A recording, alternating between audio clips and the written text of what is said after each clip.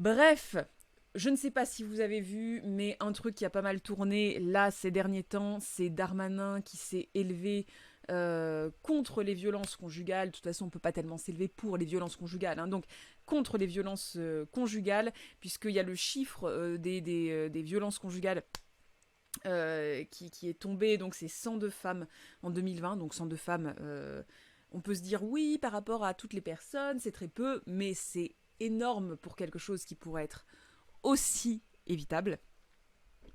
Et donc du coup, Darmanin a dit qu'il allait prendre tout un tas de mesures, etc. Bon, je n'ai pas encore lu l'article, hein, vous savez qu'on le découvre à chaque fois ensemble. Je suis... Je ne sais pas. Je suis pas... je suis d'accord que de toute façon c'est son rôle en tant que ministre. Alors est-ce que c'est bien qu'il soit ministre, ça c'est une autre chose. C'est son rôle en tant que ministre qui prenne parole sur ce sujet-là dont on a beaucoup parlé et qui est relativement brûlant quand même en ce moment. Toutefois, c'est vrai que d'entendre Darmanin parler de violences faites aux femmes, bon, ça fait... ça agace un petit peu, on se sent agacé.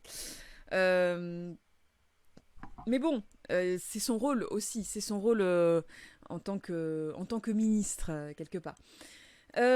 Ensuite, nous allons parler de deux podiums très politiques d'ailleurs. Donc nous avons Raven Saunders qui a posé sur son podium avec un geste militant, donc comme ça, alors que, comme il est marqué ici, le CIO interdit les gestes militants sur le podium, et donc du coup, elle a fait le choix de faire un geste militant sur le podium.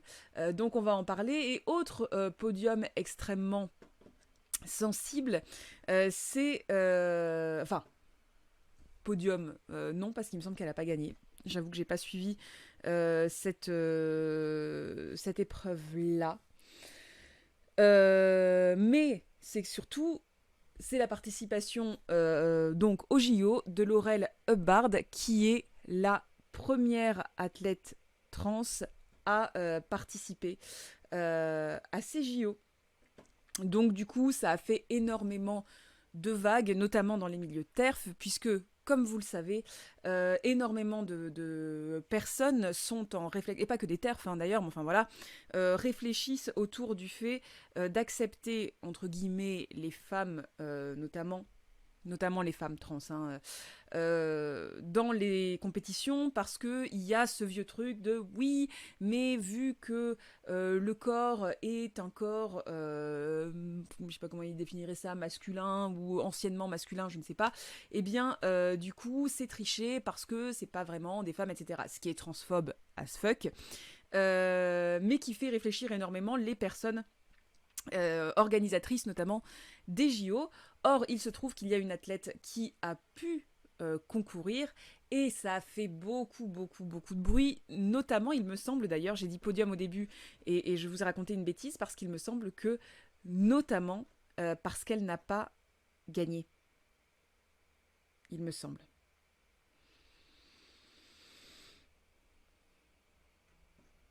Oui, c'est ça. Elle a terminé à la dernière place, voilà. Donc elle n'a pas du tout gagné. Et pour autant, tout le monde était en mode, oui, mais c'est certain, elle va gagner parce qu'elle est avantagée, etc., etc. Donc, encore une fois, le résultat a plutôt prouvé que non. Et bien évidemment, oui, je vois ce que je viens de voir ta réponse, Frégia, et j'allais y venir justement. Bien évidemment, c'est transphobe et sexiste, puisque bizarrement le problème ne se pose pas pour les hommes trans. Effectivement, il y a, vous savez, cette espèce de truc établi de les corps masculins sont forcément plus performants, et notamment au niveau du sport, que ceux des femmes. Ils ont forcément des plus hautes performances, ils peuvent forcément aller plus vite, plus loin, plus fort, etc. Donc, du coup, une femme trans représente un avantage qui n'est pas équitable pour les femmes cis, mais un homme trans est complètement défavorisé. Donc voilà, je suis un peu on est un peu, je pense, pas mal de personnes sont un peu dans ce truc de se dire, putain, j'aurais bien aimé quand même voilà, que pour une première participation de femmes trans, eh ben, elle fasse une bonne perf. Bon après, attention, hein, c'est les JO quand même, donc la perf est pas nulle non plus. Hein. Mais En même temps, je suis assez contente aussi qu'elle se soit pas classée dans les 3 premiers, parce que du coup, ça donne bien le ton du...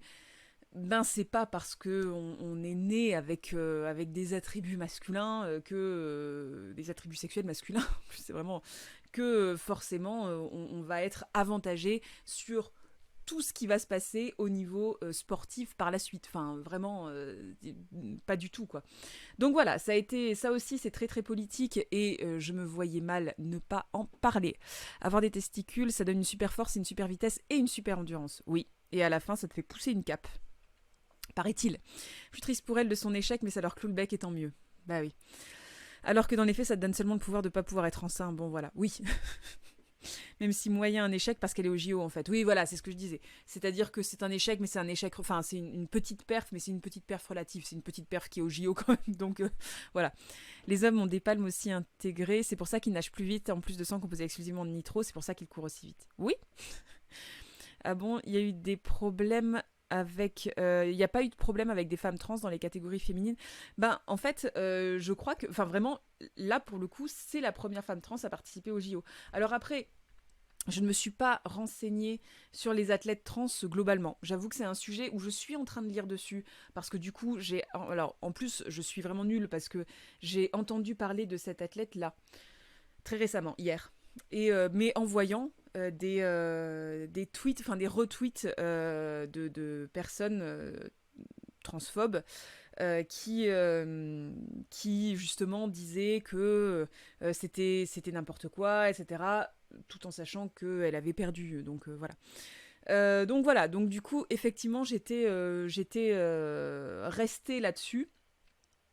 Et maintenant, j'essaie de me renseigner un peu le truc, comme quoi hein, la déconstruction est lente et on ne peut pas savoir tout sur tous les sujets tout le temps. Et voilà, donc du coup, je saurais pas trop dire sur les autres compétitions, s'il y a des compétitions qui acceptent ou non les athlètes trans, je ne sais pas. Mais en tout cas, visiblement, au JO, il y a pu y avoir une participation, et cette participation-là a plutôt démontré que bon, il n'y avait pas d'avantage notable, en tout cas pas cette année et pas sur cette compétition-là, quoi. Oh, pardon. Ah. Ça, c'est un truc du matin que vous n'avez pas le soir. Vous êtes content d'être là le matin pour m'entendre bailler en ASMR. Salut Tourquiné. Et on oppose les candidatures des athlètes femmes pour leur niveau naturel de testostérone.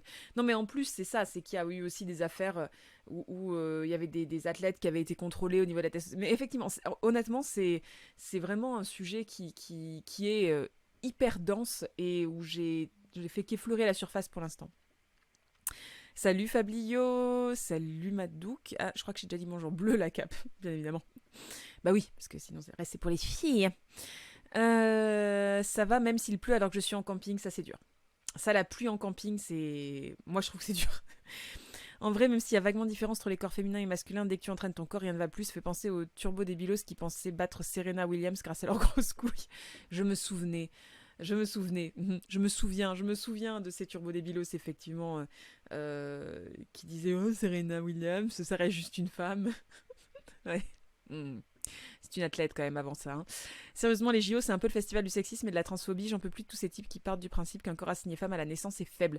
Non mais c'est le festival du sexisme et de la transphobie chez les spectateurs parce que à côté, alors je suis désolée, je défends bec et ongle les JO, encore une fois vous le savez, on en a parlé la semaine dernière, je ne suis pas du tout sportive, mais les JO c'est vraiment des moments où je regarde le sport, alors je défends bec et ongle, j'irai pas non plus jusqu'à dire que c'est un super moment, notamment écolo et pour plein d'autres trucs, mais il y a des très belles images et il y a des super belles images notamment de sororité, il y a des super images de sportivité, etc., que je trouve très très très très belle. Moi, ça m'émeut beaucoup. Il y a plein de trucs qui m'émeuvent, qui m'émeuvent beaucoup. Oui, c'est le matin. Et dans la matinée, je ne conjugue pas non plus. Il y a plein de choses qui m'émeuvent beaucoup dans les JO, globalement, sans que je puisse y faire grand-chose. Mais effectivement, c'est un déluge très souvent chez les spectateurs notamment, et chez les commentateurs parfois, de racisme, sexisme, transphobie, enfin c'est tout ce qu'on veut. Si ta seule estimance, tu ne peux pas être omnisciente. Et non. Dans Libéré de Titi Lecoq, on trouve l'histoire de Duty Chand, je pense, qui peut se résumer de la même manière. Une femme trans admise dans un championnat de course et qui s'est complètement vautrée. La testostérone ne l'a pas aidée du tout. Bah non. ASMR bâillement de la nuit, mais du matin. Et aussi ceux qui pensent pouvoir battre les records féminins ou juste les performances des athlètes olympiques. Bah oui, tu sais. Je pense qu'il y a vraiment des personnes qui sont vraiment persuadées que si tu les mets... que si tu les mets à côté d'athlètes olympiques alors qu'eux ont dû faire de la course 5 ou 6 fois dans leur vie, et qu'ils ont été pas trop essoufflés, tu vois, je pense qu'ils sont vraiment persuadés qu'ils vont les gagner, qu'ils vont vraiment les surpasser à la course, à plein de trucs. Je trouve ça assez fou comme confiance en soi, et je me dis, si un jour tu n'as pas confiance en toi, sers-toi de cette émotion-là, tu vois, aie confiance en toi comme ça, avance dans la vie, en te disant, oui, mais j'ai des couilles, normalement ça devrait pouvoir passer contre Serena Williams, par exemple. Je trouve que c'est une belle preuve d'inconscience également, hein, mais également de confiance en soi, finalement. Un sujet brûlant aussi, oui. Oui, c'est clair. Puis bon, bizarrement, c'est retweet que par des gens qui seraient incapables de compétiter avec des femmes cis athlètes, mais c'est biologique, elles ne peuvent être qu'inférieures aux hommes. Tout à fait. Bonjour Alexandra, pardon, je suis en train de rattraper un peu. Bonjour le fils de pub, mais vous ici également. Vu ce que représentent les JO, on doit s'y intéresser et continuer à leur casser les parties pour qu'ils s'améliorent. Sûrement, oui. Non, mais tu as raison, Félix. 1 sur 8 hommes pensait pouvoir placer 1 point contre Serena Williams. Du coup, elle a accepté le défi et a mis la misère à certains d'entre eux qui, visiblement, n'avaient que très peu tenu une raquette dans leur vie. Bah oui. Bah oui. Parce que je pense que la question des trans dans le sport de haut niveau se doit être posée. On sépare les hommes et les femmes parce qu'ils ont des différences surtout au niveau de la puissance musculaire. Et ça se ressent sur les performances et personne trouve ça sexiste. En tout cas, pas moi. Salé. Alors vraiment, encore une fois, c'est assez vaste parce que, et c'est quelque chose qui est très étudié, mais on va en parler sûrement à la suite de cet article-là, hein, mais les différences physiques, quand on met en avant l'entraînement, quand on met en avant plein de trucs, ça fait plus tellement sens sur énormément d'épreuves.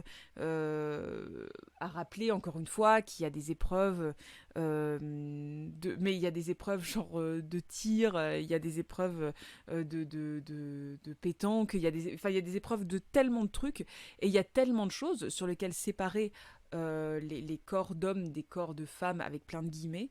Ouais, non, c'est pas... c'est un peu un héritage ancien qui n'est pas forcément encore d'actualité. Mais après, ça demanderait d'avoir une énorme et une intense réflexion autour de ça. Et je pense que déjà les comités de plein de sports peinent à revenir sur certaines de leurs règles, etc. Genre le beach and ball, pour ne parler que de ça, dont on avait parlé la dernière fois, qui ne veut pas que les femmes concourent avec autre chose qu'un bikini. Bon, je pense que clairement, on n'en est pas là. Hein, voilà. Un peu des sports où ça se sent et d'autres non, et surtout le fait de jamais s'entraîner contre des hommes fait que le niveau monte différemment. Il y en a, leur argument c'était dans un match elles faisaient des fautes, donc mathématiquement je vais choper des points, ils me fument. Le problème principal, c'est que réduire la différence entre hommes et femmes à un taux de testostérone, comme le fait le CEO, est une mesure absurde. Oui, parce qu'il y a des trucs particuliers, effectivement. Mais je pense qu'on va essayer de trouver quelque chose là-dessus, pour qu'on puisse en parler ensemble. En vrai, il y a aussi une telle différence de soutien et de moyens entre le sport féminin que c'est difficile de comparer objectivement les performances. Aussi, c'est un mélange de tout, hein, c'est sûr. Dans les manuels d'arts martiaux que je lis, les femmes ne sont pas considérées inférieures aux hommes, et ça j'adore. C'est vrai qu'elles sont souvent appelées beauté, mais leurs compétences martiales sont bien mises en avant. J'avais lu que la diff était de 10%, ce qui est énorme, mais quand même. 10% entre les perfs des sportives et des sportifs dans les résultats olympiques. Il faut vraiment qu'on trouve un article là-dessus. L'accès participation de femmes à certains sports au niveau amateur a un effet sur le niveau général, une fois au niveau professionnel. Oh oui, c'est si beau. C'était si beau, effectivement, Kitty, ce passage-là où les deux ont décidé de prendre l'or, de se partager la médaille d'or. Ouais. En parlant de bikini, Manon Bril a fait une super vidéo sur les femmes dans le monde du surf. Oui, elle est très bien. Je l'ai vue, cette aussi. Mais par exemple, l'escrime, je vois pas pourquoi séparer. Les entraînements sont mixtes, peut-être pas à haut niveau. Et il n'y a pas de différence. Moi, c'est vrai que l'escrime, le peu que j'en ai fait, je concourais contre des hommes. Et on était tous ensemble, quoi. Typiquement, je vois pas l'intérêt de séparer hommes et femmes pour tout ce qui est sport de précision ou d'équipe. Par contre, pour ce qui est natation, endurance ou épreuve de puissance, ça me semble logique. Bah écoute, on va essayer de trouver des articles là-dessus. Honnêtement, moi je ne me prononce pas du tout sur les points de vue techniques d'énormément de choses comme ça, parce que enfin, je n'y connais quasiment rien. Je m'étais renseignée un peu parce que c'est un argument qui est très très souvent employé, notamment par énormément, bah justement, par énormément de TERF pour justifier le fait que les femmes trans n'ont pas le droit de participer aux JO avec des femmes cis. Mais je m'étais pas renseignée assez dans les détails, donc il faudrait que, bah écoutez, on essaiera de trouver quelque chose. Dans un autre style, j'ai trouvé quelque chose sur l'écrivaine Colette. Je préfère autrice qu'écrivaine. Mais voilà, sur Colette, puisque voilà, il y a cet article qui vient de sortir tout récemment, et je trouve que c'est toujours bien d'avoir un moment où parler de Colette, parce que Colette, c'est la vie. Ensuite, la rebelle, j'ai mis continuer sans accepter. Il y a du coup cet article sur le festival Very Bad Mother. Le festival Very Bad Mother s'est déroulé les 31 juillet et 1er août 2021 à la brasserie Trimartelo à Concarneau. Environ 800 personnes ont revisité le thème de la parentalité. Je trouvais que c'était intéressant qu'on parle un petit peu parentalité. Et enfin, de refuser nous respectons votre choix. Ok. Ils respectent mon choix, mais ils sont pas contents, je pense. Et enfin, un triste anniversaire. Marie Trintignant mourait le 1er août 2003 sous les coups de Bertrand Cantat. Ce sera peut-être l'occasion d'en reparler. Je sais qu'il y a eu à nouveau un partage.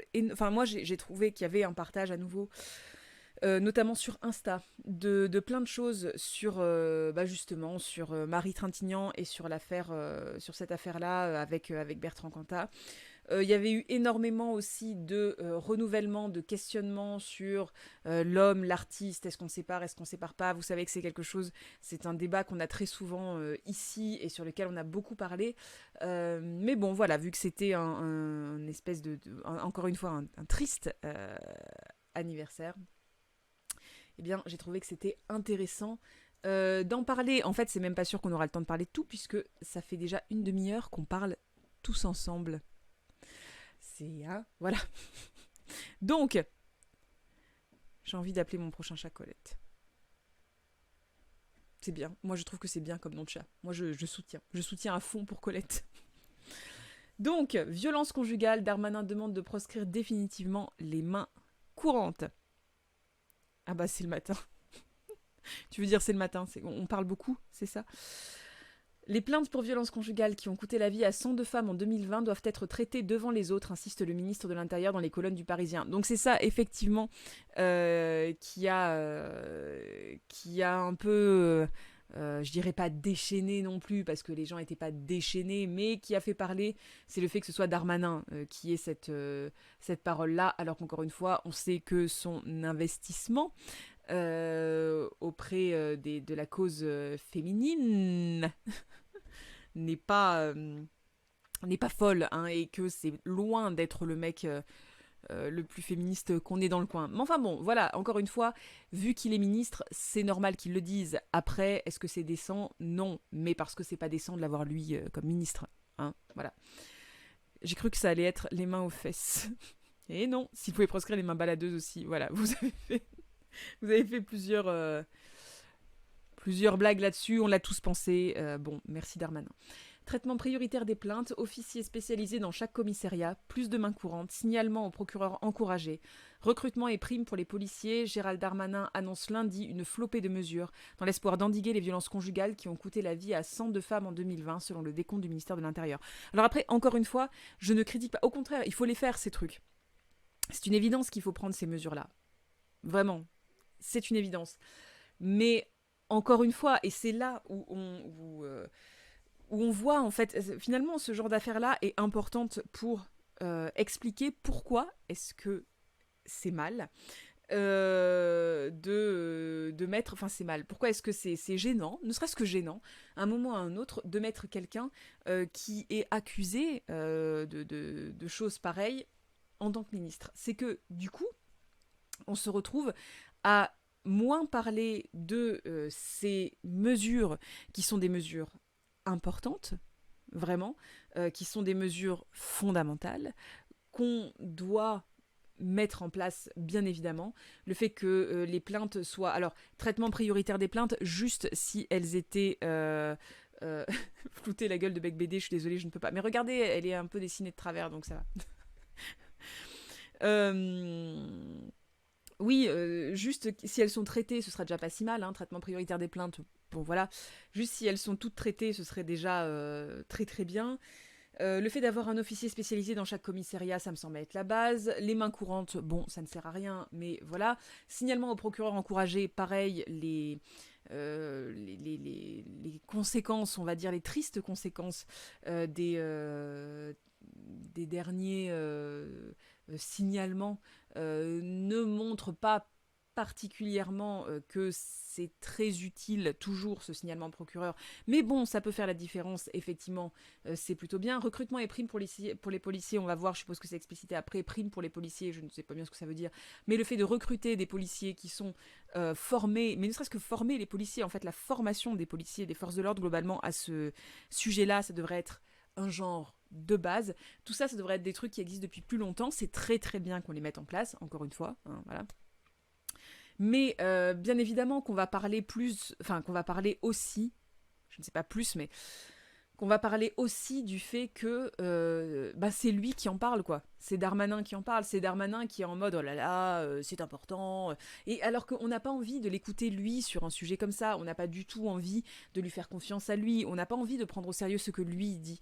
Et c'est ça le problème aussi quand on prend quelqu'un qui a été accusé comme ça dans un rôle aussi fondamental dans un ministère, c'est que du coup on va avoir ces réactions-là aussi très souvent des principales concernées, qui ne se sentent pas ni particulièrement représentées, ni particulièrement protégées, ni particulièrement écoutées et comprises par un homme tel que lui. Voilà, ça donne l'impression de voir un crocodile parler de la protection des gnous. Il y a ce côté-là, même si j'aime pas trop mais je comprends très bien ce que tu veux dire, hein, Frégia, je dis pas que c'est ce que tu as dit, mais là-dessus, il y aurait un rapport prédateur-proie qui me plaît pas beaucoup, mais effectivement, il y a un truc où on se dit, ça donne pas envie de l'écouter parler. Alors que c'est utile, tous ces trucs-là, c'est utile. Quand ils doivent être traités devant les autres, il dit en fait doivent être déclarés devant l'entièreté du commissariat sans aucune forme de privé. Alors je sais qu'il y a eu ce truc-là sur les 2 files, les fameuses 2 files qu'ils voulaient faire, où il y a des personnes qui ont dit que ça avait mal été compris et qu'en fait c'était au guichet qu'on pouvait dire à l'aide d'un code couleur qu'on montrait, il me semble, si c'était une plainte pour violence conjugale ou sexuelle, ou si c'était une plainte pour autre chose. Et si c'est une mesure prise comme ça, je la comprends mieux. Après, le problème, c'est que sur les images qui avaient été montrées dans quelques commissariats aussi, c'était clairement pas le cas. Hein. C'est-à-dire qu'il y avait 2 files différentes et que du coup, les personnes devaient faire la queue à des endroits différents. Donc, au niveau de la confidentialité, ça se pose là, effectivement. Les violences intrafamiliales sont en train de devenir le premier motif d'intervention des policiers et gendarmes devant les opérations de lutte contre les stupéfiants, explique le ministre dans un entretien publié par Le Parisien. Le nombre d'interventions de la police et de la gendarmerie pour violences intrafamiliales reste très élevé. Plus de 400 000, soit 45 interventions par heure. Il ne se passe pas une journée sans que le GIGN ou le RAID aille libérer une femme ou des enfants pris en otage. C'est fou, quand même. C'est fou. Le bilan 2020 des morts violentes au sein du couple doit être publié lundi. Si 102 femmes et 23 hommes ont perdu la vie en 2020 sous les coups de leur conjoint ou ex-conjoint, le chiffre historiquement bas depuis 15 ans alors qu'en 2019 il avait été recensé 146 féminicides, le ministre souligne que l'année dernière a été particulière avec 2 confinements. L'an dernier, dans l'Hexagone, 90 femmes ont été tuées par leur conjoint ou leur ex. Combien sont-elles à avoir tenté de trouver de l'aide ? Depuis le 1er janvier 2017, chaque mois, Libération raconte leurs histoires. Un rapport de l'Inspection générale de la justice, publié en novembre 2019, démontrait déjà à quel point les alertes restent trop souvent sans réponse. Basé sur l'étude de 88 homicides conjugaux définitivement jugés en 2015 et 2016, ce travail avait démontré que les 2 tiers des victimes avaient subi des violences avant d'être tuées. Dans 41% des cas, elles les avaient même dénoncées aux forces de l'ordre.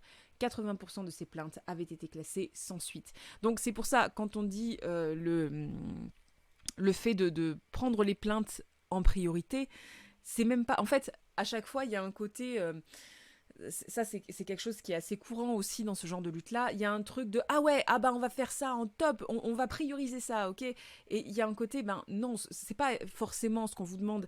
Ce qu'on demande avant tout, c'est juste que ces plaintes soient entendues. C'est même pas qu'elles soient traitées en priorité, c'est même pas que genre qu'on laisse derrière tous les autres trucs pour juste s'occuper de ça. Bien évidemment qu'il y a tout un tas de situations qui sont dangereuses et qui ne sont pas forcément de l'ordre des violences conjugales ou intrafamiliales, mais effectivement ce sont très souvent des situations dans lesquelles la vie des personnes est engagée, la vie de femmes ou d'hommes, mais aussi d'enfants. Bref, des cas dans lesquels des vies sont engagées, effectivement, donc ce serait censé être pris comme juste un cas d'intervention, un cas de force, peut-être pas majeure, mais en tout cas assez importante, quoi. Et on demande juste que les plaintes soient prises en compte, qu'il y ait des enquêtes, que quelque chose soit fait, en fait. Juste. Donc voilà, on va essayer de, je suppose, de prendre ces mesures au sérieux et j'ose espérer qu'ils les prendront eux-mêmes au sérieux. Mais, mais bon, bien évidemment qu'on peut être en droit de se demander euh, si, si ça va réellement être fait, si c'est pas encore une fois des grandes paroles très très grandiloquente pour pas grand chose au final au niveau des faits. Où est-ce qu'on en était? Voilà, oui, bon, 80% de ces plaintes avaient été classées sans suite. Voilà, c'était ça la fameuse. Euh, le fameux chiffre qui fait mal au cœur. Euh, Pourquoi il y a 102 en haut et 90 en bas pour 2020? Où ça? Ah, les plaintes pour violences conjugales qui ont coûté la vie à 102 femmes, c'est ça? 102 en haut et 90 en bas. Dans l'Hexagone, 90 femmes. Oui, je pense que c'est juste en France métropolitaine. Ouh, hé hey, j'ai eu du mal à dire métropolitaine. 90, je pense que c'est pour ça. Oui, je pense. En vrai, il y a tellement de travail quand tu sais qu'il y a une surreprésentation des violences intrafamiliales chez les flics. Mais oui, bien sûr. Le bilan 2020 des morts... Non, on n'en est pas là. Si, non, non, pas du tout, on n'en est pas là. Pour assurer un meilleur suivi de ces situations, Gérald Darmanin met l'accent sur la consigne donnée aux policiers et gendarmes de faire un signalement au procureur. L'objectif étant que 100% des constatations se transforment en plainte ou signalement. Les mains courantes sont en outre proscrites définitivement. Ces plaintes doivent être traitées devant les autres, insiste le ministre. Ah, bah alors du coup, c'est ça en fait qu'il voulait dire par ça. Ah, c'est pas plus de mains courantes, c'est plus de mains courantes. Parce que je me disais, plus de mains courantes, ça ne sert à rien. D'accord. Donc oui, effectivement, ça fait qu'on enlève la plainte qui ne sert à rien. Oui, bah oui, ce serait plutôt une bonne chose. Effectivement. Après, du coup, oui, ça veut dire aussi recruter des personnes qui s'y connaissent ou en tout cas qui ont un genre de bagage ou en tout cas un genre de formation autour de ça parce que ça sert à rien de recruter des personnes qui ne serviront pas à grand chose dans cet objectif-là. Étant donné que là, pour le coup, si tout fait l'objet de plaintes, ce qui devrait être le cas, hein, mais si tout devient plainte et qu'ils ne peuvent plus classer certains trucs, genre à la va-vite en main courante, ça veut dire que pour le coup, ça demande d'avoir plus de personnel, je suppose. Donc ils refuseront tout court de prendre les plaintes. Ben, ils ont pas le droit. Normalement, même maintenant, ils n'ont pas le droit. Personne n'a le droit de refuser de prendre une plainte. Normalement, ils n'ont pas le droit. Après, visiblement, ça voudrait dire qu'ils n'auraient plus le droit de les classer en main courante. Bon, encore une fois, j'attends de voir, hein, vraiment. Pour faire face à un nombre accru des procédures, 193 000 l'an dernier, M. Darmanin promet de favoriser le recrutement d'officiers de police judiciaire. Ben oui, mais il faut que ce soit... Genre, il faut que ce soit suivi par une formation parce que ça sert à rien de recruter plus d'officiers. Gérald Darmanin souhaite que dans chaque département, il y ait des équipes spécialisées dans la lutte contre les violences conjugales. Brigade de protection des familles en zone police, maison de protection des familles en zone gendarmerie. Mais encore une fois, ça me semble être bien, salut Coco, ça me semble être bien de mettre en place ça. Et c'est même improbable que personne l'ait encore mis en place. Mais entre le fait de dire on va mettre ça en place et le fait de le faire réellement et de mettre réellement en place tout ce que ça implique, c'est-à-dire plus de personnel et du personnel formé, bon, je ne sais pas. Je ne sais pas à quel point ça va être fait, à quel point ils vont vouloir investir de la thune là-dedans surtout. Il prend en compte les tout petits villages. Mais après, il dit pas que c'est un par ville et village. Hein. Il dit dans chaque département, il y ait des équipes spécialisées dans la lutte contre les violences conjugales. Donc, c'est quand même dans chaque département. Voilà, c'est pas... On nous dit pas exactement combien par département. Voilà. Salut Zangdar. S'ils organisent la protection des familles comme ils organisent la protection de l'enfance, on est très mal barré. Bah, c'est pour ça que je suis dubitative. Dès la fin août, un responsable national sera nommé auprès du directeur général de la police nationale, DGPN, du directeur général de la gendarmerie nationale, DGGN, et du préfet de police sur le modèle de ce qui existe en matière de terrorisme et de drogue. Bon, après, pourquoi pas, hein, enfin, je veux bien... Moi, je veux bien garder espoir, mais j'en ai peu. Féminicide de Mérignac, nouveau rapport dans 6 semaines. Enfin, concernant les armes à feu, un tiers des femmes sont tuées par arme à feu. Le ministre souhaite que le fichier des personnes mises en cause pour violence intraconjugale soit connecté à ceux des possesseurs d'armes et d'interdits de port, et que les forces de l'ordre les consultent systématiquement. Cela permettra, dit-il, de vérifier si un mis en cause pour de tels faits de violence est détenteur d'une arme, et donc de la lui retirer sans même le témoignage de sa conjointe. Oui, ça aussi j'y crois moyen, étant donné, comme vous avez dit, le nombre de personnes qui sont armées justement dans les forces de l'ordre et qui font partie de ces conjoints violents. Bon, pareil, je sais pas. Encore une fois, peut-être que c'est juste que je suis un peu devenue fataliste sur le sujet, vu le gouvernement qu'on a, et si ça se trouve, juste, ben voilà, il faut juste que je retrouve un petit peu d'espoir là-dedans. Ça me fait rire que la drogue concentre plus de moyens que les violences intrafamiliales. Ben, oui, c'est triste. Ça rapporte certainement plus aussi, Josh, c'est vrai. Le ministre de l'Intérieur tire également les leçons du féminicide de Mérignac le 4 mai dernier, particulièrement atroce, pour lequel il avait demandé une mission d'inspection. Cette mission avait conclu dans son rapport à une multitude de manquements qui avaient conduit à ce que Shahinez, 31 ans, soit brûlée vive dans la rue par son ex-conjoint, après qu'il lui avait tiré dans les jambes pour la faire tomber. C'est affreux, hein, vraiment. C'est terrible, ce féminicide à Mérignac. Mais le fait de lire comme ça, le ministre de l'Intérieur tire les leçons du féminicide de Mérignac. Il y en a eu énormément, des féminicides, énormément, tous plus horribles les uns que les autres. Effectivement, celui-là est particulièrement glauque et terrible. Et voilà, mais vraiment, il y a eu énormément de féminicides et il y a des leçons à tirer de tous. Et c'est toujours tellement triste de voir qu'il en faut toujours un pire que les quelques autres qu'il y a eu dans le temps court qui l'a précédé, pour que les gens se disent « Ah oui, non mais là quand même, oui, ça dégénère un peu ». Ça fait des années et des années et des années hein, que ce genre de choses-là existe et que rien n'est fait. Donc, Gérald Darmanin avait demandé à la mission d'inspection un nouveau rapport pour identifier les responsabilités.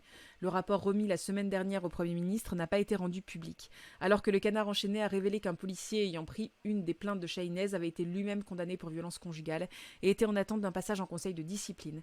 Le ministre qualifie cette situation d'inacceptable. Ouais, hein, ça vous aviez tous vu. Du coup, oui, il était lui-même condamné pour violence. Oui. Ouais. Ça a été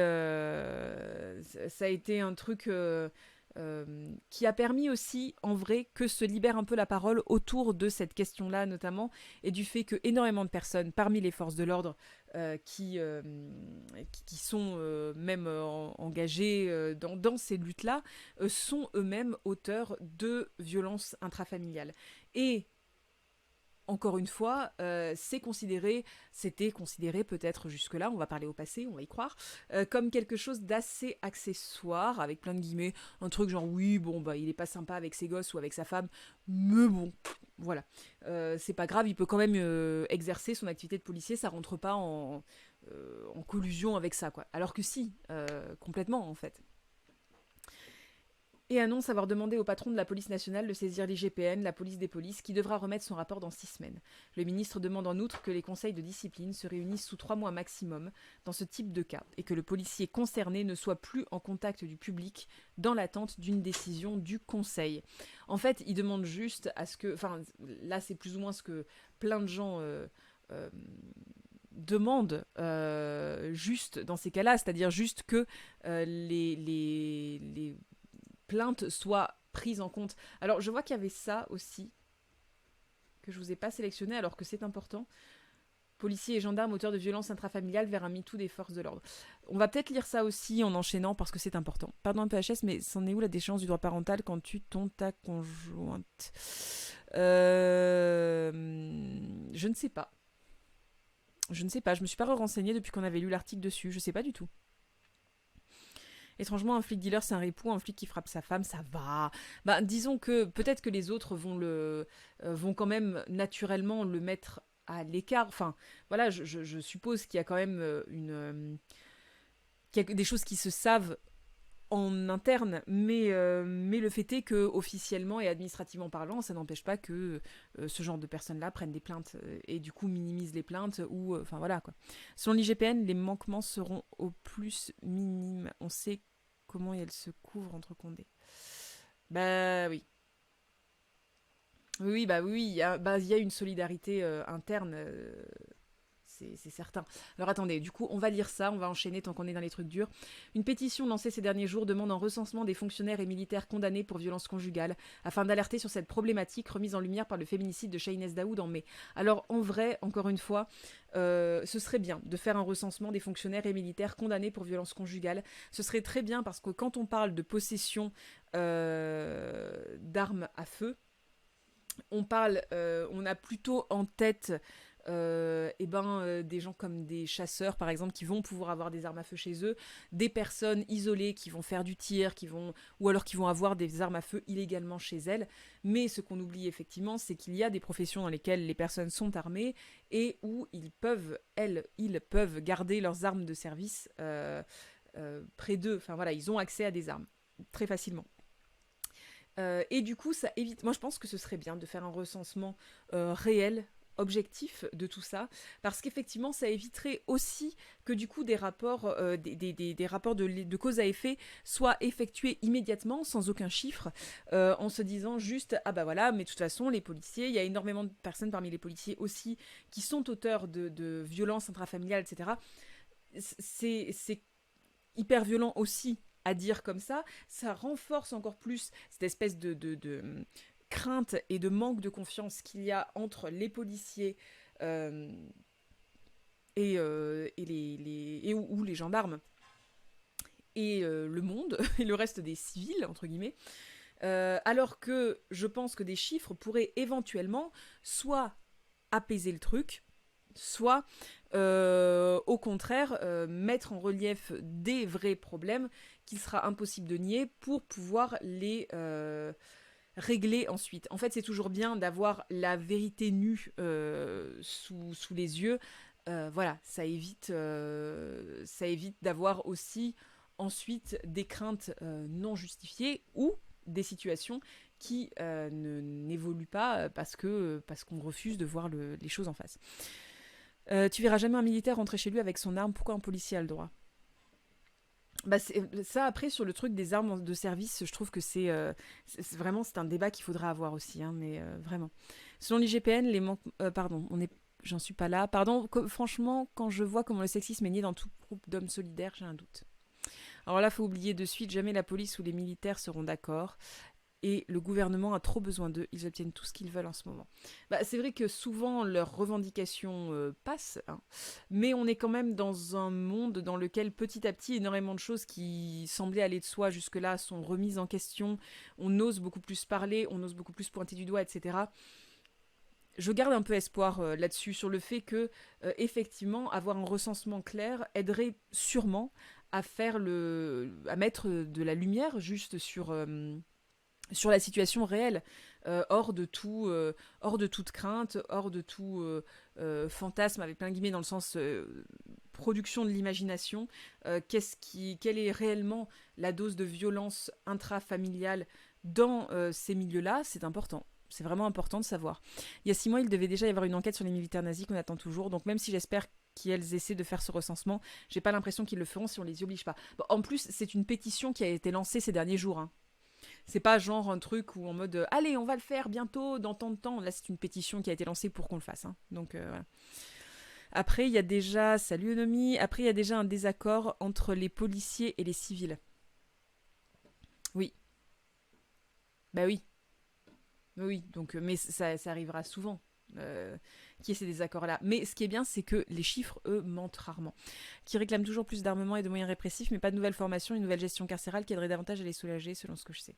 J'ai très peu de personnes de mon entourage qui est dans ce milieu-là, donc je connais très très peu de choses à ça. Enfin, à part ce qu'on dit, ce qu'on lit dans les médias, ce qu'on peut lire ici et là, mais voilà. Et vu qu'ils sont des cibles privilégiées pour les touristes, ils vont certainement obtenir le port d'armes H24 pour l'autodéfense, vous voyez. Ben, ouais. C'est vraiment le débat sur l'armement, sur le port d'armes et ce que ça peut entraîner comme légitime défense ou non, c'est vraiment un truc où il faudrait qu'il y ait des débats plus approfondis là-dessus. Salut Choucroute Master. C'est drôle comme ça. Donc, monsieur le ministre de l'Intérieur, Gérald Darmanin, savez-vous combien il y a de policiers et de gendarmes violents envers leurs conjoints, leur ex-conjointe, collègue, femme ou plaignante? Le ton est donné dès la première phrase d'une pétition qui monte depuis plusieurs jours. Adressée au ministre de l'Intérieur, elle réclame une enquête exhaustive pour connaître le nombre de policiers et gendarmes mis en cause dans des affaires de violences faites aux femmes et ou enfants, mais aussi le poste qu'ils occupent.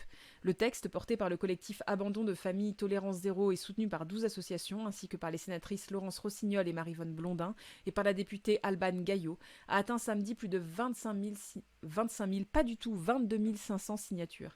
Bientôt une vague hashtag MeToo force de l'ordre donc. En parallèle de la pétition, Stéphanie Lamy, cofondatrice du collectif, a lancé ce hashtag pour permettre aux femmes de témoigner. Elle espère une prise de conscience autour de cet angle mort dans la lutte contre les violences faites aux femmes. C'est une révélation du canard enchaîné qui a tout déclenché. L'hebdomadaire a démontré qu'un élément clé a été passé sous silence par la mission interministérielle chargée d'étudier les circonstances du féminicide de Shahinez Daoud, brûlée vive par son mari, dont elle était séparée en mai à Mérignac. Le policier chargé de prendre sa plainte avait lui-même été condamné en février à 8 mois de prison avec sursis pour des violences habituelles sur son ex-conjointe. Les violences habituelles. Oh. Bah, tu peux pas armer une catégorie de la population et ne pas exiger d'eux une impeccabilité totale. Or, leurs violences ont été niées longtemps et c'est toujours dur de faire mettre à pied un policier qui a vraiment merdé. Ensuite, je vois mal un militaire de l'armée de l'air avec un port d'armes. Si on évolue vers un système de loi qui permet ce genre d'absurdité, c'est que le pays va encore plus mal que ce que je pensais. Non, mais le port d'armes, c'est vraiment, c'est un sujet ouais, que je trouve qui est trop laissé de côté pour l'instant. Oui, hein, quelle horreur ce paragraphe, on est d'accord. Il avait été maintenu à son poste et placé au bureau des plaintes en attendant la tenue d'un conseil de discipline qui n'a pas eu lieu. En faisant plutôt mal le boulot, la greffe du tribunal avait fait remarquer à la police que le document envoyé était partiellement illisible. C'est terrible, enfin c'est juste affreux quoi. C'est-à-dire qu'il y a une femme qui est morte. Alors est-ce que ça aurait changé quelque chose? Malheureusement, on n'en sait rien et on ne peut même pas être en mesure de dire oui, ça aurait changé quelque chose si la plainte avait été bien prise, machin. Parce qu'on sait très bien qu'il y a énormément de femmes qui portent plainte et pour lesquelles il ne se passe rien. Voilà. Mais peut-être que ça aurait changé un peu les choses et en tout cas ça n'aurait pas encore plus ce goût amer de crimes, de meurtres évitables. Les mecs vont inventer le 10e amendement bientôt. Bon, on n'a pas encore ça pour l'instant, mais meilleure idée, le changement de poste, c'est magique, ça efface les violences. Hein, n'est-ce pas? Voilà. Une incompétence fatale, tonne Stéphanie Lamy, qui fait part de son indignation totale. Le gouvernement ne cesse de marteler que la lutte contre les violences faites aux femmes est une priorité, alors qu'on laisse dans la boucle des personnes incapables d'évaluer la dangerosité d'un homme violent, car ils le sont eux-mêmes, et souvent à des postes clés, bureau des plaintes, police judiciaire, se désole l'activiste. Selon elle, les policiers auteurs ont tendance à s'identifier à un autre conjoint violent plutôt qu'à écouter et comprendre la victime. C'est un biais d'appréciation issu de leur vie privée qui se transpose dans leur travail, je suppose, et met en danger les citoyennes qui viennent porter plainte, estime Stéphanie Lamy. Oui, ça me semble logique. Le collectif demande un recensement de ces agents signalés ou condamnés et leur mutation vers un endroit où ils ne seront pas en contact avec d'éventuelles victimes. Stéphanie Lamy insiste, le but n'est pas de stigmatiser toute la profession. Nous avons grand besoin de forces de l'ordre intègres pour pouvoir lutter contre les violences faites aux femmes, affirme-t-elle. Justement, il ne faut pas que celles-là soient pénalisées par leurs collègues violents. Je suis vraiment d'accord, en fait. Je suis... Enfin, je trouve que c'est tellement normal, en fait, de mettre des personnes qui ont été violentes envers leur conjoint, pas au même endroit que l'endroit où on est censé recueillir les plaintes de violence contre un conjoint. Enfin, ça me semble euh, tellement, mais tellement logique. Et c'est fou, en fait, que ce soit pas encore fait. Encore une fois, je suis assez d'accord, c'est ce que je disais au tout début, avant qu'on lise l'article. Finalement, c'est pas pour stigmatiser, c'est plus pour avoir une idée claire, précise, et juste pas se voiler la face, en fait. Dans le cas de violences exercées par un policier ou gendarme au sein du couple, celles-ci revêtent un caractère spécifique et particulièrement dangereux, selon Anaïs Leleu, présidente du collectif Pourvoir féministe, soutien de la pétition. Les violences conjugales touchent tous les milieux socio-professionnels, mais les policiers mobilisent des outils particuliers, les outils que l'État leur confie dans le cadre de leurs fonctions, leur arme de service ou les moyens de surveillance par exemple, explique la jeune femme. C'est aussi ce qu'a constaté la journaliste Sophie Boutboul en compilant les témoignages d'une trentaine de femmes victimes de leurs conjoints gendarmes ou policiers pour le livre Silence on cogne. Un policier a utilisé un logiciel espion, un autre a mis le numéro de sa femme sur écoute dans un dossier qui n'avait rien à voir. Ils se servent donc de leurs outils de travail pour épier, traquer, harceler leur conjointe ou ex, raconte la journaliste. Pour les menacer aussi dans certains cas, avec des armes laissées sur la table de nuit ou bien en évidence sur la table du salon. Un policier rentrait le soir en posant 4 balles devant sa conjointe et en lui disant que c'était une pour elle et les 3 autres pour les enfants. Voilà de Sophie Boutboul. C'est affreux, mais c'est terrible, c'est d'une violence folle. On ne devrait pas laisser des armes à des personnes comme ça, c'est fou que ce soit l'État qui arme des personnes pareilles. Alors bien évidemment que c'est pas inscrit sur leur gueule et qu'on peut pas savoir tout de suite qui ou non est auteur de violences intrafamiliales. Mais encore une fois que ça se sait, parce que ça se sait à un moment ou à un autre, il faudrait pouvoir effectivement les mettre hors d'état de nuire, ou en tout cas le plus possible hors d'état de nuire, mais ne serait-ce que leur enlever leur arme à feu, ça me semble être tellement évident, quoi. Le statut de policier ou gendarme permet aussi d'assurer une certaine impunité aux auteurs, car il complique le dépôt de plainte, voire dissuade les victimes, explique la journaliste. Beaucoup de menaces portent sur le pouvoir supposé du membre des forces de l'ordre. C'est moi la loi. La plainte arrivera sur mon bureau. Je connais le procureur. Alizée Bernard, co-autrice de Silence on cogne et ancienne victime de violences conjugales par son ex-conjoint gendarme, a connu cette peur. Leur version a plus de poids face à la nôtre parce qu'ils sont assermentés. Leur parole est sacralisée, explique la jeune femme. Ils ont aussi une bonne connaissance des procédures et la possibilité d'avoir accès à des informations de l'enquête, parfois par leurs collègues. Alizée Bernard a ainsi dû s'y prendre à plusieurs fois pour que sa plainte soit acceptée et l'enquête de l'IGGN effectuée. Il a été établi par la suite qu'un renseignement judiciaire avait disparu dans la procédure. J'ai témoigné pour qu'il y ait une prise de conscience des autorités, envoyé le livre à des membres du gouvernement, mais rien n'est mis en place pour les femmes dans cette situation particulière, déplore-t-elle. Les gouvernements successifs se mettent des œillères. Contacté par Libération, le service de communication du ministère de l'Intérieur n'a pour l'instant pas donné suite. C'est un phénomène qui n'est donc pas négligeable et qu'il apparaît nécessaire d'objectiver. Bah oui, ça me semble assez logique. Est-ce qu'un psy pourrait voir venir ça? Je sais pas. J'en sais rien. Les virer de la police, si tu leur enlèves leur arme, ils ne devraient pas avoir trop de problèmes à en trouver une autre, non? C'est vrai aussi, mais ils n'auraient pas le droit de l'avoir au moins. Tu vois ce que je veux dire? Au moins, ils n'auraient pas le droit d'avoir leur arme, alors que là, ils peuvent avoir leur arme. Le port d'armes, même chez les forces de l'ordre, ça devrait être un privilège, pas un droit. Je suis assez d'accord, Frégia. Quand on porte un instrument de violence, on parvient toujours à en justifier l'usage. Si on veut vraiment échapper à la guerre, il faut s'en séparer. Saga. Je pense que c'est effectivement, c'est une bonne citation dans ce contexte-là. Et quand ta parole est sacralisée et que tu es assermenté, à la moindre erreur, tu devrais jarter. Oui, parce que le principe d'une parole sacrée, c'est que c'est sacré de la maintenir pure, entre plein de guillemets. Mais oui, tout à fait. Salut la vie de ma mère, je vous aime. Oui, tu es en retard, mais c'est pas grave. On était en train de parler de violences conjugales dans la police et la gendarmerie. C'est pas inscrit sur la gueule, mais déjà le fait qu'elle soit flic est un bon indice. On choisit pas ce métier par hasard. Être flic, c'est exercer une violence considérée comme légitime, et ce au quotidien. Il faudrait vraiment un encadrement spécial tant que ce métier existe. Oui. Non, c'est sûr qu'il faudrait un encadrement psychologique, mais même pour eux. Enfin, je veux dire, au bout d'un moment, c'est un métier qui doit être rude aussi sur plein de trucs. C'est fou, en fait, qu'il n'y ait pas plus d'encadrement. Enfin, on a l'impression qu'il n'y a pas beaucoup d'encadrement, quoi. C'est ça qui est fou. T'inquiète, on n'a fait qu'un seul article, t'es pas si en retard. Oui, bon bah c'est bon. En mars, la députée Fiona Lazar, apparentée à La République En Marche, a formulé une question au gouvernement pour connaître l'ampleur des violences intrafamiliales commises par des policiers et gendarmes, restées sans réponse à ce jour. Contrairement à d'autres pays comme les États-Unis, l'Angleterre ou l'Uruguay, la France n'a pas réalisé d'état des lieux à ce sujet. Il faut réaliser un état des lieux à ce sujet, vraiment. Un des rares chiffres est celui de la Fédération nationale Solidarité Femmes, qui en 2016 a recensé 115 appels à la ligne d'écoute 3919 de conjointes de policiers ou militaires, soit environ 10% des fiches pour lesquelles la profession de l'auteur présumé était renseignée. Donc c'est déjà des personnes qui appellent le 3919 et qui renseignent la profession, qui peuvent renseigner la profession de l'auteur présumé dans pendant leur appel.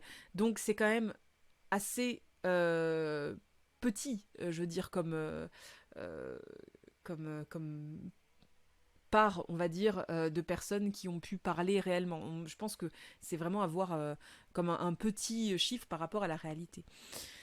En tout cas, ce sujet est accablant. Bah, pas forcément dans le sens où, même au début, c'était assez régulièrement rappelé qu'il y a besoin d'avoir des forces de l'ordre juste dans lesquelles on ait confiance et dans lesquelles, notamment, les femmes ou les autres, les personnes en tout cas qui sont victimes de violences conjugales puissent aller vers des personnes vers qui ces personnes-là puissent aller en toute confiance, puissent porter plainte tranquillement, avec plein de guillemets, parce que bien évidemment qu'on n'est jamais tranquille quand on porte une plainte, mais avec le plus de tranquillité possible quant à la personne qui reçoit leur plainte. Ça, enfin, pour moi, c'est vraiment une évidence, quoi, effectivement.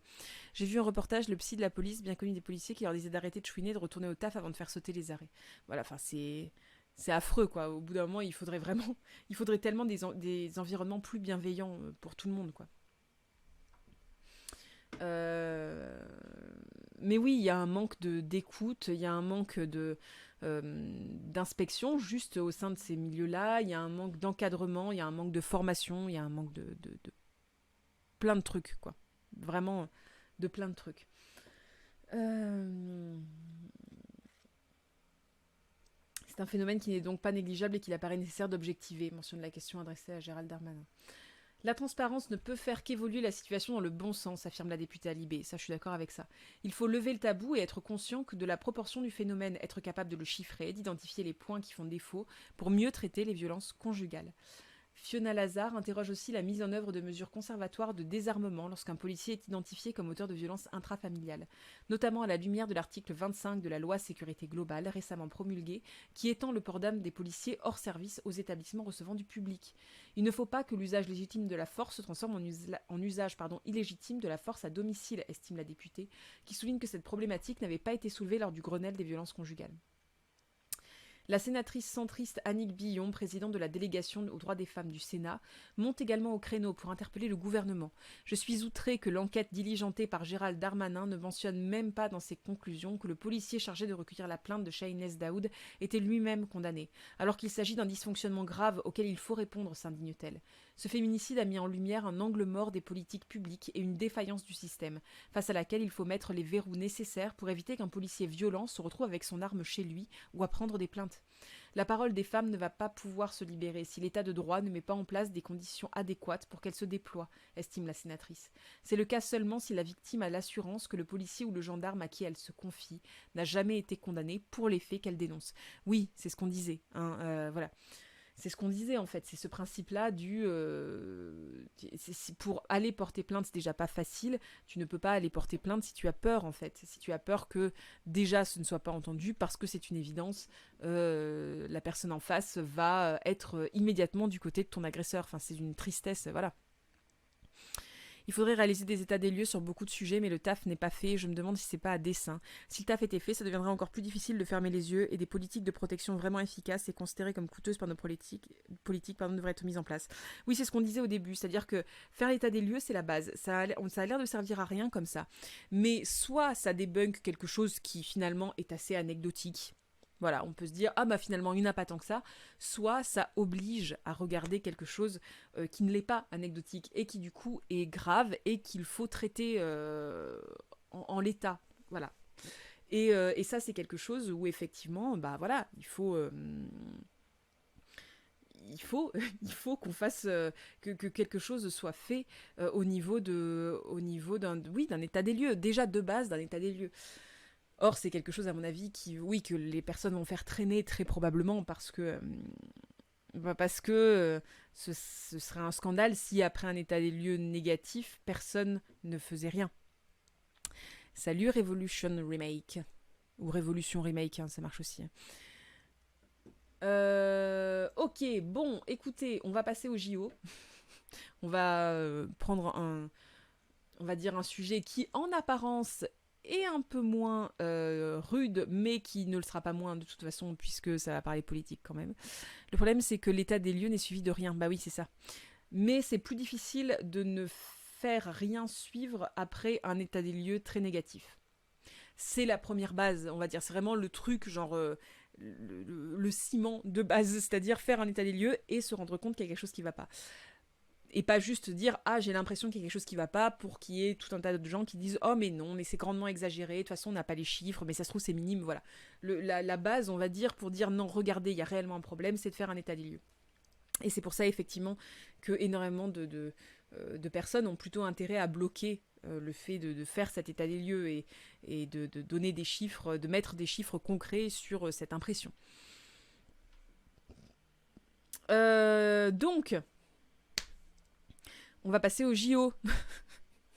Ils se soutiennent entre eux. Mais oui, il y a de toute façon un soutien en interne, il y a des choses qui sont tues en interne, et les personnes qui sortent pour parler sont peu nombreuses, et on peut le comprendre, parce que ça doit être compliqué de parler de ça quand tu sais que tous tes collègues vont te tomber dessus après. Enfin voilà, je peux comprendre vraiment le fait que ce soit dur d'avoir le courage de parler.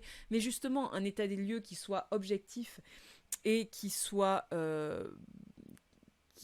oui, diligenté par quelqu'un d'extérieur, avec plein de guillemets, ça fait que du coup, oui, effectivement, personne n'a à avoir le courage, entre guillemets, de sortir du groupe pour parler, quitte à mettre en danger son travail, ses relations avec ses collègues, voire lui-même. Et ça permet qu'il y ait quelque chose de clair, net, précis qui soit posé. Effectivement. Bon, bref, les JO. Podium très politique pour la lanceuse de poids Raven Saunders. L'américaine de 25 ans, qui a vécu une profonde dépression ces dernières années, a posé poing croisé au-dessus de sa tête en soutien aux personnes oppressées. Le CIO, qui interdit les gestes militants sur les podiums, étudie le dossier. Sur le podium du stade olympique de Tokyo, les 3 médaillés du lancer de poids féminin prennent la pose sous le crépitement des appareils photo. Alors que la chinoise Gong Lijiao, médaillée d'or, et la néo-zélandaise Valérie Adams bronze se figent comme le veut la coutume, bouquet de fleurs dans une main, médaille dans l'autre et sourire aux lèvres, l'américaine Raven Saunders se démarque, breloque d'argent autour du cou. Ah, c'est breloque d'argent? J'aurais pas dit breloque. Médaille d'argent, je pense que tu peux dire médaille. Autour du cou, elle croise les poings au-dessus de sa tête sans montrer la moindre émotion. Interrogée après la compétition, la vice-championne olympique de 25 ans explique avoir formé un X en soutien à toutes les personnes oppressées, qui se battent et qui n'ont pas de plateforme pour faire entendre leur voix. « Je suis heureuse de ramener cette médaille à la maison pour eux aussi, pas seulement pour moi », a ajouté l'athlète noire très investie dans la défense des droits des LGBT+. Bravo à tous mes frères et sœurs noirs, bravo à toute ma communauté LGBTQ, bravo à tous ceux qui s'occupent de leur santé mentale. Elle est de santé mentale tout court, d'ailleurs. Elle est la première athlète depuis le coup d'envoi des Jeux de Tokyo à utiliser la cérémonie de remise des médailles comme plateforme politique. Avant le début des compétitions, le comité international olympique avait annoncé que les sportifs pourraient désormais s'exprimer sur des sujets politiques ou sociétaux lorsqu'ils s'adressent aux médias, avant et après leur compétition, lors des réunions d'équipe ou sur les réseaux sociaux. En revanche, l'interdiction de protester tant sur les podiums que les terrains de sport des Olympiades a été maintenue. De fait, Saunders est théoriquement sanctionnable par l'instance olympique. Vraiment. Désolée, je lis moins le matin. Vous voyez, je lis moins à haute voix le matin. Interrogé sur le sujet dans son point presse quotidien, le CIO a répondu lundi qu'il allait étudier ce dossier et tenter de comprendre précisément ce qu'il s'est passé, en restant en contact avec le comité olympique et paralympique américain et avec World Athletics, la fédération internationale d'athlétisme. Dans la soirée à Tokyo, le comité olympique et paralympique américain, USOPC, a apporté son soutien à Saunders. L'USOPC a mené sa propre analyse et a établi que la manifestation pacifique de Raven Saunders pour une société plus juste et antiraciste à la fin de la cérémonie était respectueuse de ses adversaires et n'a pas violé nos règles liées aux prises de position, a fait savoir l'organisation dans un communiqué. Oui, en soi, c'est pas des gestes violents, hein, c'est juste dire que on est en soutien. En plus, c'est un geste de soutien et c'est pas tellement un geste de violence. Bon, moi, ça me semble pas fou comme geste politique. Toutefois, je reste assez d'accord sur le fait qu'il faut pas qu'il y ait réellement de gestes politiques sur les terrains de sport. Mais sur les podiums, je pense que mine de rien, les personnes qui sont sur les podiums, c'est déjà un geste politique. Le fait d'avoir une personne comme elle sur un podium, c'est un geste politique. Le fait, enfin voilà, en soi, il y a beaucoup de choses qui sont politiques et politisées, même malgré elles. Mais le point dressé des athlètes noirs au JO de Berlin, ça n'existe pas dans leur analyse. Mais si, c'est ça. En fait, ils estiment qu'il y a des mauvaises et des bonnes prises de position politique. Sauf qu'il n'y a que des prises de position politique. Et mauvaises ou bonnes, ça dépend beaucoup de la façon dont on se place. Donc du coup, à partir de là, qu'il n'y en ait pas sur les terrains de sport, je peux le comprendre parce que ça peut gêner les performances de tous. À partir du moment où c'est respectueux des adversaires qui en est sur un podium, surtout comme ça, encore une fois, hein. Là, c'est pas des gestes qui sont violents pour qui que ce soit. Encore une fois, c'est des gestes de soutien pour des communautés. Bon, moi, je trouve que là, c'est pas violent comme geste. C'est rigolo au niveau de la politique, Jeux Olympiques et Eurovision, même combat. Oui, bah oui, même si en soi, il y a énormément de choses politiques qui se passent et au JO et à l'Eurovision. Et genre, à l'Eurovision, il y a un truc très très fort au niveau de la politique qui se passe. Et il y a des pays qui participent pas parce que d'autres pays participent certaines années. Ça a été le cas de l'Arménie cette année pour l'Eurovision parce qu'il y avait l'Azerbaïdjan qui participait.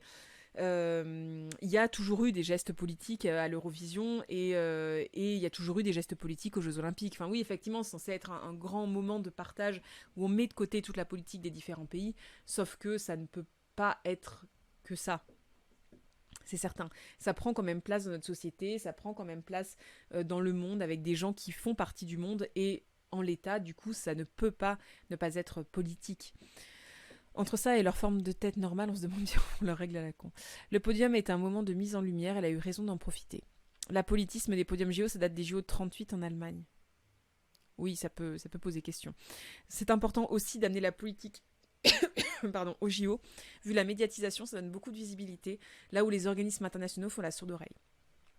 Bah oui, un geste politique qui dérange personne, ça sert pas à grand chose. Bah la preuve que ça dérange, enfin, ça dérange. Ça fait parler, en tout cas. Donc ça sert, puisque ça fait parler.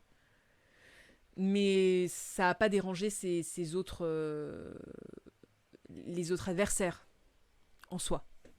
Voilà. Que dites-vous? Le CIO, elles me font rire. Elles me font rire.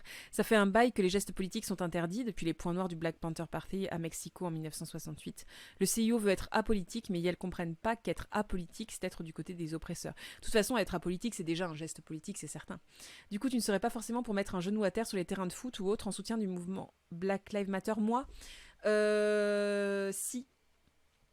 Puisque c'est avant l'utilisation concrète du terrain de sport comme terrain de sport. Vous voyez ce que je veux dire?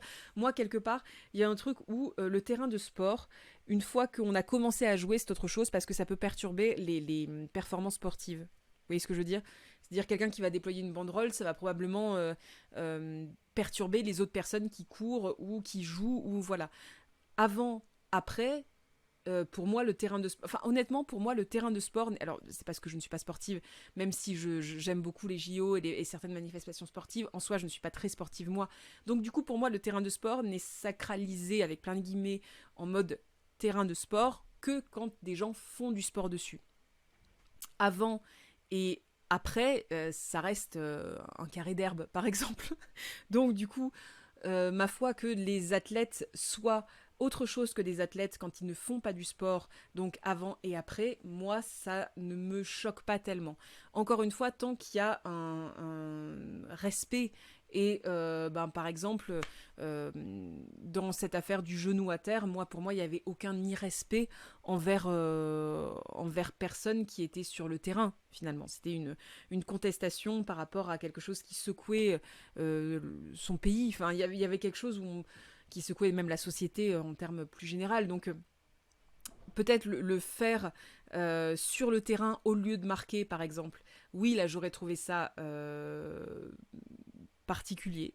En tout cas, je sais pas ce que j'en aurais dit parce que ça n'a pas eu lieu, mais je pense que ça m'aurait fait plus tiquer que le fait d'avoir ça avant ou après.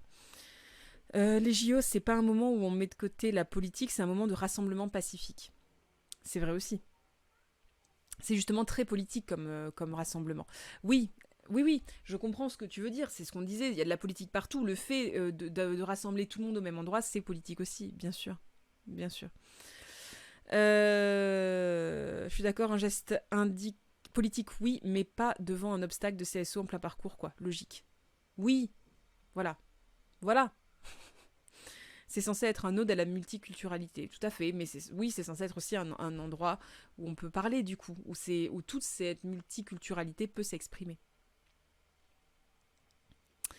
Euh, Actuellement, oui, à la base, c'était des bails bien plus sombres. Oui, aussi. Mais on peut parler des trucs tels qu'ils sont maintenant, effectivement.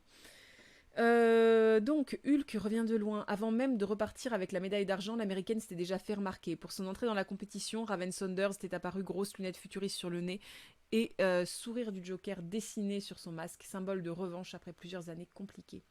Hulk, comme elle se surnomme pour sa difficulté à contrôler sa force et son pouvoir, a révélé en 2020 avoir vécu une profonde dépression et eu des pensées suicidaires. C'est finalement quand elle a osé en parler et s'entourer de psychologues, selon ses dires, qu'elle a commencé à aller mieux, même si cela reste une bataille de tous les jours. C'est ok d'être fort, mais c'est aussi ok de ne pas être fort 100% du temps. C'est ok d'avoir besoin des autres, avait-elle martelé. À Tokyo, la lanceuse américaine avait l'ambition de faire mieux qu'en 2016 à Rio, où elle avait terminé 5e avec un lancer à 19,35 m. Malgré les blessures à répétition et ses problèmes personnels, Raven Saunders a donc tenu son pari. Peut-être parce qu'elle arrivait au Japon en ayant déjà remporté son principal combat, celui contre sa dépression. Je trouve ça super et complètement essentiel. On en parlait, là, je vois justement avec cet article sur Simone Biles. Je trouve ça complètement essentiel que de plus en plus d'athlètes disent qu'ils ne peuvent pas concourir ou qu'ils ont dû se relever d'un moment de blessure mentale ou psychologique. Je trouve que c'est juste essentiel parce qu'on parle énormément de la condition physique des athlètes, c'est-à-dire que tout le monde va acquiescer et va comprendre encore une fois quand un athlète va dire je suis d'autant plus fier de cette victoire parce que il y a 2 ans, je m'étais fait une blessure très violente au ménisque et du coup, j'étais pas sûre de pouvoir refaire une compétition, etc. Ça, tout le monde dit ah oui, ok, ah ouais, ça a dû être dur, mais alors vraiment la même phrase avec la même intention, avec le je suis contente d'avoir pu concourir parce qu'il y a 2 ans, j'ai eu une dépression, j'ai été dans un endroit très sombre au niveau mental ou psychologique, etc. C'est vraiment quelque chose où on me dit ah mais ça va, tu vas réussir à le dépasser. Enfin voilà, il y a quelque chose qui est beaucoup plus euh,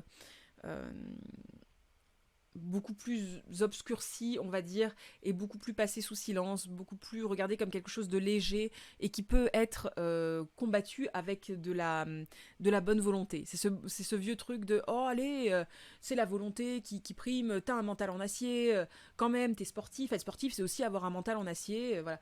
Or, on n'exige pas des sportifs qu'ils aient un corps en acier, par exemple. Ma foi, si quelqu'un se pète la jambe, si un sportif se pète la jambe, il s'est pété la jambe. Personne va lui dire oh allez, écoute, s'il te plaît, remets-toi un petit peu, allez hop, tout le monde sur pied. Enfin voilà, il y a un truc où de toute façon, de base, la santé mentale est très très peu prise en compte comme la santé physique. Et de plus en plus, mais grâce notamment à ces athlètes qui sont en train de faire des premiers pas pour que la santé mentale soit prise en considération autant que la santé physique, on se retrouve avec des personnes qui vont comprendre, je pense, petit à petit, l'importance de la santé mentale aussi. Et peut-être, petit à petit, on va avoir une société qui va moins minimiser la santé mentale et on va dire, qui va considérer ça comme quelque chose, au moins aussi important que la santé physique. C'est connu, le mental, c'est plus léger. Bah oui, c'est ça.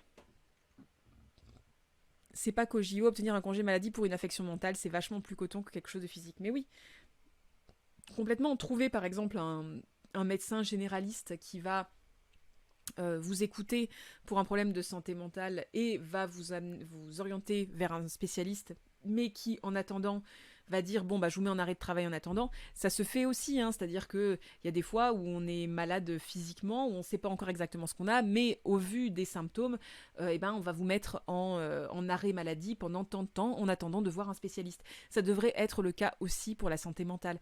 Oui, il y a un truc globalement qui n'est pas encore accepté et qui n'est pas encore concrétisé à ce niveau-là, notamment d'un point de vue du travail, d'un point de vue de plein de choses. Mais c'est toujours pire quand c'est médiatisé, tout à fait. La santé mentale, c'est mou, ça peut pas te blesser, un truc mou. Oui, mais il y a un peu ce truc-là. Il y a un peu ce truc de oh, ça va, c'est pas si grave. Moi, regarde, il y a surtout cette comparaison. Encore une fois, quand quelqu'un se pète un bras, tout le monde connaît la douleur, et puis ceux qui ne connaissent pas la douleur de s'être pété un bras, ils se disent ouf, ça doit faire mal, parce que tout le monde dit depuis toujours que ça fait mal. Et puis physiquement, vraiment, tu ne peux plus bouger ton bras. Donc bon, c'est que ça doit faire vraiment mal. C'est comme ça, le corps peut pas, et ça se voit. Alors qu'avec la santé mentale, il y a beaucoup plus ce truc-là de « Oh, tu sais, moi, des fois, j'ai des petits coups de mou le matin. Je me mets une petite musique joyeuse et je me lève. Et voilà. » Et en fait, faire ça, vraiment, encore une fois, je le redis, mais c'est important, c'est vraiment comparer le « Ah bon, tu peux pas lever ton bras parce qu'il est cassé. Oh, attends, moi, des fois, quand je me prends un bleu, bah oui, ça fait un peu mal quand je me lève le bras, mais franchement, je mets un peu de crème dessus, un peu de froid, et hop, hein, je peux lever le bras. Enfin, je veux dire, voilà. C'est vraiment comparer ça, dire des fois j'ai un petit coup de mou, et comparer le petit coup de mou à la dépression, c'est vraiment comparer le bleu au bras avec le fait de s'être pété une multifracture du bras. Enfin, voilà.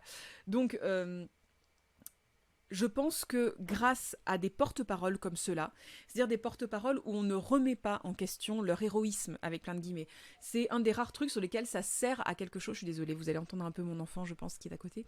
C'est un des rares trucs sur lesquels ça sert réellement à quelque chose d'avoir des héros comme ça, des gens qui sont complètement déifiés en mode héros absolu. C'est que même ces héros-là disent attention, là on peut avoir mal aussi et c'est important, et même nous on est obligé de s'arrêter, ça place la santé mentale comme quelque chose qui est important, et où même des personnes qui sont réputées comme ayant un mental d'acier ne peuvent pas lutter tout seuls face à des maladies voilà, qui touchent leur santé mentale. Et je trouve que c'est quelque chose d'extrêmement important de faire évoluer la société là-dessus. Encore une fois, le fait de démocratiser, le fait d'obtenir de l'aide pour un problème de santé mentale, c'est quelque chose. Et le fait juste de ne pas avoir honte, voilà, le fait de se dire je peux avoir un épisode dépressif, je peux avoir des pensées suicidaires, ça n'arrive pas qu'aux autres. C'est quelque chose qui ne fait pas de moi un moins bon être humain ou un être humain plus faible ou je ne sais pas quoi, eh bien, dans ces cas-là, je peux aller demander de l'aide et ce ne sera pas honteux. Le fait de mettre en avant ça, ce sera déjà une avancée énorme et ça permettrait énormément, à mon avis aussi, de réduire beaucoup de violences, et notamment, on en parlait tout à l'heure, les violences intrafamiliales, mais globalement énormément de violences dans la vie de tous les jours, parce qu'il y a énormément de violences qui naissent d'une incapacité aussi à aller demander de l'aide, d'une incapacité à prendre soin de soi, juste, et à prendre soin de sa santé mentale, entre autres.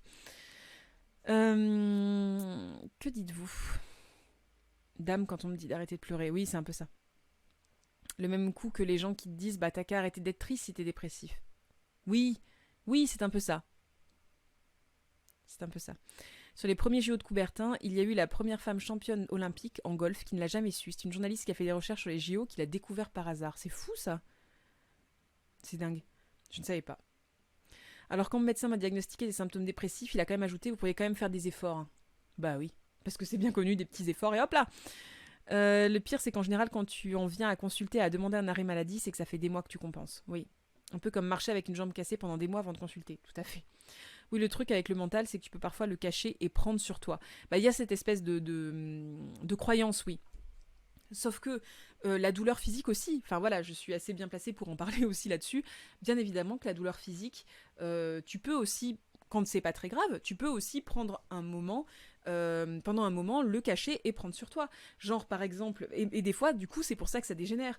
Genre par exemple, une infection urinaire, tu peux pendant un temps lutter un peu contre la douleur, contre cette fatigue-là, contre cette infection-là. Tu peux, enfin lutter, c'est pas le mot parce que tu ne luttes pas, tu camoufles, mais tu peux camoufler pendant un temps. Voilà, ça va très probablement finir en énorme infection ensuite, et peut-être même tu vas te retrouver à l'hôpital, etc. Mais tu vas pouvoir dissimuler un peu. La santé mentale, c'est la même. Hein. Tu peux un peu cacher certains trucs, tu peux cacher un peu certains symptômes, tu peux un peu... Mais ça va devenir... ça risque, en tout cas, de devenir plus fort et d'empirer. Ouais, ouais. Donc c'est un peu faux, vraiment ce truc de dire vraiment avec la santé mentale, le truc c'est, enfin c'est un peu faux. Non, c'est vrai du coup de dire avec la santé mentale, tu peux un peu prendre sur toi, tu peux un peu dissimuler et prendre sur toi. Oui, c'est le cas aussi avec la santé physique. Hein. Il y a des gens qui sont très très forts pour dissimuler des machins physiques qui pourtant les affectent énormément et pour essayer de faire abstraction et se dire non non c'est bon parce qu'ils ont peur d'aller chez le docteur, parce qu'ils ont peur des maladies, parce qu'il y a plein de raisons, voilà euh, pour faire ça parce qu'ils ont peur que leur oui que leur travail les prenne plus ou voilà mais en soi c'est pas bien de dissimuler mais les deux se dissimulent finalement c'est pas un truc propre à la santé mentale. Moi j'étais allée chez le docteur en remplaçant nul, vous verrez, je lui ai dit je sais pas ce qu'il y a, j'ai tout le temps envie de pleurer, je veux mon lit, je suis démotivée. Lui ouais vous êtes dépressif quoi, j'étais séchée, tu m'étonnes, en riant et tout quoi. Super, super mec. En vrai, compenser la douleur mentale, ça a une limite et généralement ça finit par craquer. C'est classique que les symptômes mentaux deviennent physiques avec le temps, tout à fait.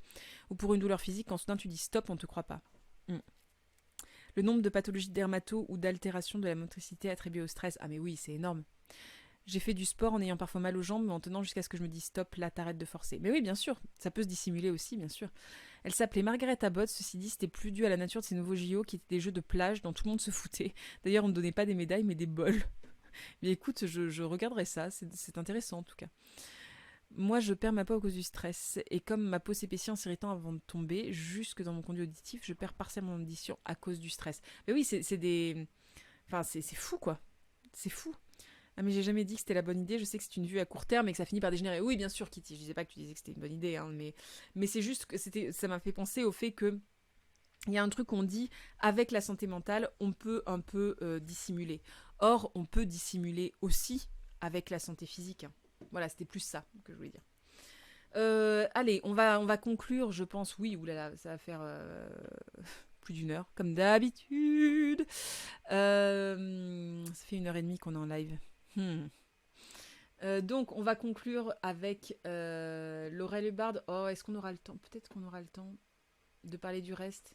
Je ne sais pas, on en parlera vite fait. On va voir. On va essayer. À Tokyo, Laurel Hubbard, première athlète transgenre à participer aux Jeux. L'haltérophile de Nouvelle-Zélande est entrée en compétition ce lundi. Sa participation a fait beaucoup de bruit et divise tant parmi les femmes que parmi les sportifs. Peu importé son résultat ce lundi, Laurel Hubbard était assurée d'entrer dans l'histoire. D'abord parce que du haut de ses 43 ans, elle est l'haltérophile la plus âgée à participer aux JO 2021. Mais surtout parce qu'à son entrée dans le Forum international de Tokyo, la néo-zélandaise est devenue la première femme transgenre à concourir aux Jeux olympiques. Symbole de l'énorme attention que son entrée en compétition suscite, de nombreux journalistes étaient accrédités pour assister à son passage, alors que l'épreuve n'attire en général pas les foules. Et non. Assignée homme à la naissance, Laurel Hubbard a pris part à des compétitions masculines avant d'entamer un processus de transition vers ses 30 ans. Elle est par la suite devenue sélectionnable chez les femmes après avoir satisfait aux critères du Comité international olympique concernant les sportifs transgenres, à savoir présenter des niveaux de testostérone inférieurs à 10 nanomoles par litre de sang. Oui, donc effectivement, c'est sur des bases de taux de testostérone. Voilà. C'est totalement ce que j'avais en tête, des bols bretons avec le nom et les cercles olympiques. Ce serait drôle, en vrai ce serait drôle, des bols bretons, avec le nom, vraiment. Il y a des taux pour les mecs trans, mais oui c'est ça se calcule par taux en fait. Laurel Hubbard est une femme et concourt selon les règles de sa fédération. Nous devons rendre hommage à son courage et à sa ténacité, a déclaré à la presse à Tokyo le directeur médical du CIO, Richard Budgett. Pour autant, sa participation dans la catégorie des femmes des plus de 87 kilos n'est pas vue par tous d'un très bon œil. Sa présence à Tokyo a provoqué un débat complexe sur des questions de bioéthique, de droits humains, de science, d'équité et d'identité dans le sport.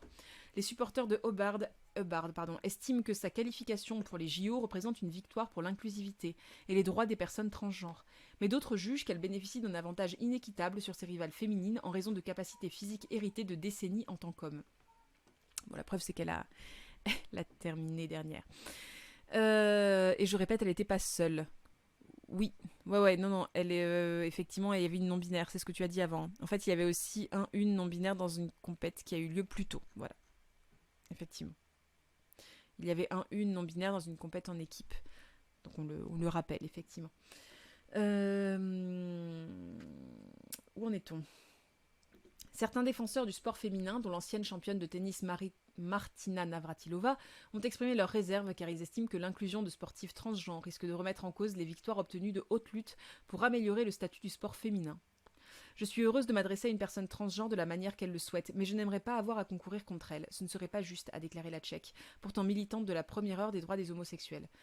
On peut être militant de la première heure des droits des homosexuels et être transphobe quand même, hein, ça ne dérange pas. Les opposants craignent également que la participation de femmes transgenres mette en péril la sécurité des autres concurrentes dans les sports de contact, ce qui a incité la Fédération internationale de rugby à les exclure de toute compétition l'an dernier. Pour justifier sa décision, World Rugby a cité des études scientifiques démontrant que les hommes avaient 30% de force physique de plus par rapport aux femmes.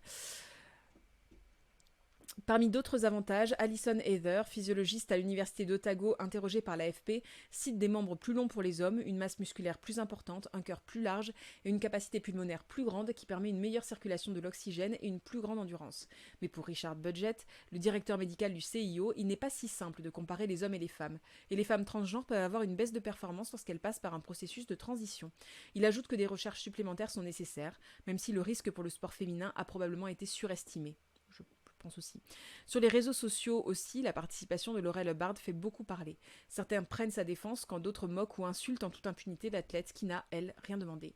Une pétition avait même été créée récemment sur change.org demandant au CIO d'interdire aux athlètes transgenres de participer aux épreuves féminines avant d'être retirés pour discours de haine. À Tokyo, la néo-zélandaise a terminé à la dernière place dans la catégorie des plus de 87 kg après avoir échoué à soulever 125 kg. Mais cette journée restera malgré tout pour elle une victoire. Oui, voilà, encore une fois, hein, tout ça pour finalement qu'elle ne gagne pas. Enfin, voilà, je pense que le résultat est tout de même une assez belle façon de dire en attendant cette espèce d'avantage naturel, avec plein de guillemets, que sont censés avoir les athlètes femmes trans sur les athlètes femmes cis. Bon, il n'est pas si évident que ça, là, quand on voit là tout de suite, quoi. C'est tellement con la mesure de la testostérone pour autoriser la personne à faire du sport, sachant que scientifiquement, ça n'a jamais été prouvé que la testostérone améliore les perfs sportives. Et on peut être homosexuel et transphobe, bien évidemment. Les non-binaires peuvent faire qu'en mix, je ne sais pas. Je ne sais pas. Bah, ça influence quand même les muscles, je crois. Mais sûrement. Honnêtement, je n'y connais rien. Mais je n'y connais rien là-dessus. Donc, ça influence probablement la prise de muscle, ça n'influence pas forcément les performances, je ne suis pas sûre. Il faut, encore une fois, peut-être qu'on s'y intéressera et qu'on cherchera des articles là-dessus, parce que je trouve que c'est intéressant. Je crois que les femmes trans en perdent d'ailleurs du muscle. L'endocrinologie, c'est compliqué, oui. S'il y a prise d'hormones, il y a perte de masse osseuse et musculaire, si je ne me trompe pas. Elle ne gagne pas, mais elle est au JO, c'est de fait une victoire. Oui, de fait. Oui. Et moi, Tartiflette Gramou et moi, on va devoir y aller. Bonne fin de matinée tout le monde et bon appétit. Eh bien écoute, bonne fin de matinée à vous deux aussi. Il faut séparer les effets de la production d'hormones natives du corps et les effets externes de la prise d'hormones sur un métabolisme particulier. Ensuite, les femmes trans prennent à la fois de l'entité pour supprimer les effets de leur T native sur leur métabolisme, plus des hormones féminisantes qui impactent aussi leur métabolisme d'une façon différente des femmes cis. Et les effets sont mal connus dans le détail. Alors je n'ose parler là-dessus parce qu'encore une fois, je ne suis tellement pas concernée et je ne suis pas assez bien renseignée sur le sujet, donc je laisse parler les gens qui savent, hein, vraiment. Mais moi, je trouve que c'est bien que Laurel Hubbard ait pu participer, voilà. Et visiblement, ça n'a pas bouleversé le résultat puisque elle a fini dernière, encore une fois. Donc c'est quand même une preuve que là, sur le coup, c'était normal qu'elle... Enfin, il n'y a rien à dire sur le fait qu'elle ait participé, quoi, vraiment, rien à dire. Va falloir que les scientifiques se penchent dessus pour voir s'il y a une réelle différence, ça risque de prendre un peu de temps.